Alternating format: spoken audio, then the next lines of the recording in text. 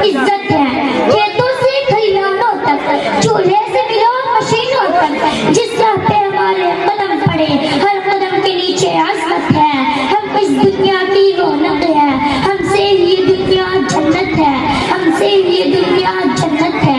ایک مرتبہ حضرت موسیٰ علیہ السلام نے اللہ تعالیٰ سے سوال کیا کہ میرے پروردگار جب آپ اپنے بندے سے خوش ہوتے ہیں تو اسے انعام میں کیا عطا کرتے ہیں؟ میرے رب نے جواب دیا میں اسے ایک بیٹی عطا کرتا ہوں۔ موسیٰ پھر سوال کرتے ہیں اگر آپ اور زیادہ خوش ہو تو اسے انعام میں کیا عطا کریں گے؟ جواب ملتا ہے میں اسے ایک اور بیٹی عطا کروں گا، اور ان بیٹیوں کی بہترین پرورش کرنے پر اس شخص کو جنت کی بشارت دی گئی۔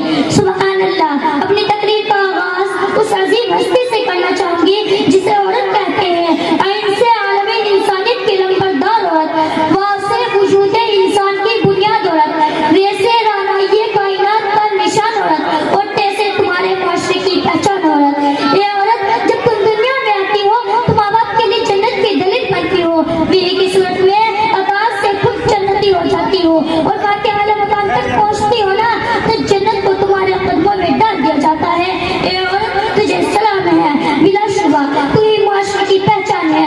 تم ہی ہو جو بہترین تربیت سے مرد کو معاشرے میں اس کا مقام اور اس کی پہچان دلواتی ہو، اور وقت پڑنے پر اس کا دایاں بازو بن کر اس کے شانہ بشانہ چلتی ہو۔ اے عورت تجھے سلام ہے، بلا شبہ تو ہی معاشرے کی پہچان ہے۔